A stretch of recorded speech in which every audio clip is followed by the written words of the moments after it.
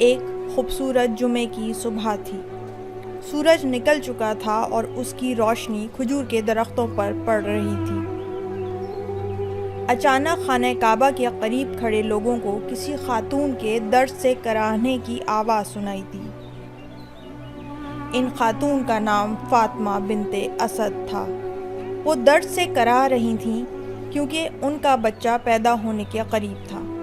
جیسے ہی وہ کعبے کے قریب آئیں اور اس کی دیوار کا سہارا لیا، انہوں نے سرگوشی کی، اے اللہ، وہ کہ جس نے ابراہیم علیہ السلام کو یہ بیت اللہ بنانے کا حکم دیا، میں صرف تجھ ہی سے مدد مانگتی ہوں، تو میرے لیے اس زچگی کو آسان کر دے۔ اچانک ایک زوردار دھماکہ ہوا اور بیت اللہ کی دیوار شق ہوئی اور فاطمہ بنت اسد کا اندر جانے کے لیے راستہ بن گیا۔ وہ اندر داخل ہوئیں اور ان کے اندر جانے کے بعد وہ دیوار فوراً واپس ویسی ہی ہو گئی۔ کعبے کے چابی بردار یہ واقعہ دیکھتے کہ دیکھتے ہی رہ گئے۔ ان میں سے ایک چابی بردار کعبے کے دروازے کی طرف دوڑا اور اسے کھولنے کی کوشش کی، لیکن دروازہ نہ کھلا۔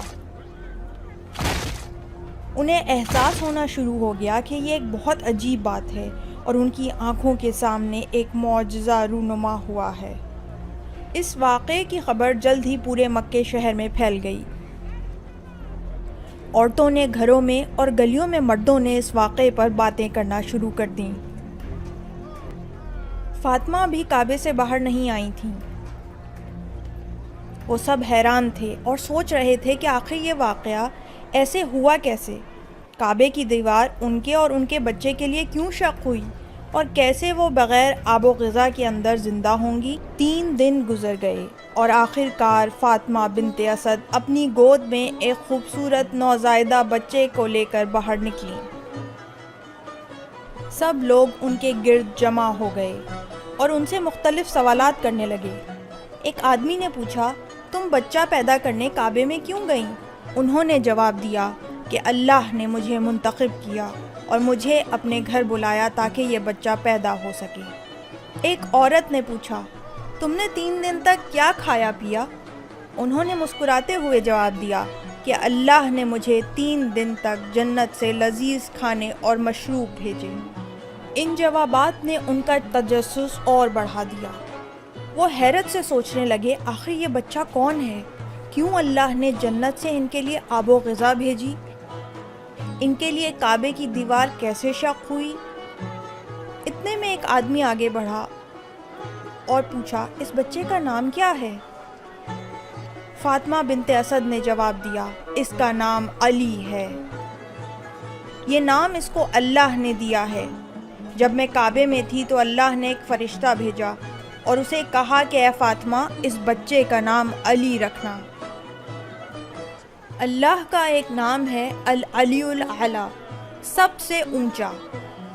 اس بچے کو اللہ کی طرف سے بزرگی اور قدرت عطا ہوئی ہے۔ ان میں سے ایک اور آدمی بولا، یہ بچہ دوسروں سے الگ کیوں ہے؟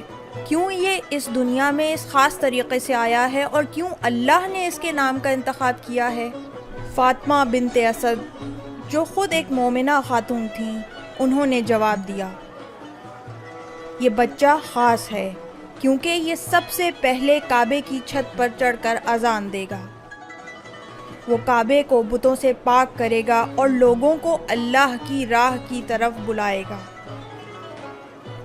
مکے کے لوگ زیادہ تر بت پرست تھے، تو وہ فاطمہ بنت اسد کا جواب سن کر ناراض ہوئے اور اپنے سر جھٹکتے ہوئے اپنے گھروں کو چل دیے۔ جب فاطمہ بنت اسد گھر پہنچیں تو ان کے شوہر نے ان کا پرتپاک استقبال کیا۔ وہ ماں اور بچے کے بارے میں پریشان تھے اور مسلسل کعبے کے چکر لگا رہے تھے، مگر دل سے مطمئن تھے کہ اللہ ان کا نگہبان ہے۔ ان کی تمام پریشانیاں ختم ہو گئیں جب انہوں نے اپنے شیر خوار بیٹے کو اپنی گود میں لیا۔ انہوں نے اللہ کا شکر ادا کیا اور اپنی زوجہ سے سارا ماجرا پوچھا۔ سارا واقعہ سننے کے بعد انہیں احساس ہوا کہ وہ ایک خاص بچے کے والد ہیں۔ جب رات ہوئی تو ابو طالب اور ان کی زوجہ فاطمہ بنت اسد بچے کو لے کر صحرائے عطا کی طرف گئے۔ تاکہ اللہ سے دعا کریں اور اس کی دی ہوئی نعمت کا شکریہ ادا کریں۔ ابو طالب چلتے رہے اور آخر کار ایسی جگہ پہنچے جہاں انہیں کوئی اور نہ دیکھ سکتا تھا۔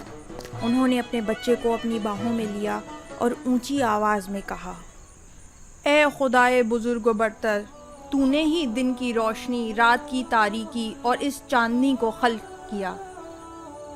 تو ہی بتا کہ اس بچے کے نام میں کیا راز پوشیدہ ہے۔ اچانک بادل آئے اور تیز ہوا چلنے لگی۔ ابو طالب نے اپنے بچے کو سنبھالا کہ وہ ایک طوفان میں گر گئے۔ پھر اچانک جیسے وہ طوفان آیا تھا اسی طرح وہ تھم گیا، اور ابو طالب اپنی زوجہ اور بچے کے ساتھ حیرت زدہ واپس ہوئے کہ یہ کیا ہوا۔ جب وہ گھر پہنچے تو انہوں نے بچے کے ہاتھ میں ایک رقعہ دیکھا۔ اس رقعے پر لکھا تھا، ہم نے تمہیں ایک پاک اور پاکیزہ بچے سے نوازا ہے۔ اس کا نام علی ہے، جس کا مطلب ہے اونچا۔ یہ نام اس کے لیے اس لیے منتخب کیا ہے کہ اللہ کی نظر میں اس کا مقام بہت بلند ہے۔ ابو طالب کی آنکھوں میں آنسو آ گئے اور وہ اس رحمت کے شکر میں سجدے میں گر گئے۔ اگلے روز سورج طلوع ہوا اور لوگ کعبے کے گرد جمع ہوئے اور یہ دیکھے بغیر نہ رہ سکے کہ کیسے کعبے کی دیوار شق ہوئی مسکرا رہی تھی۔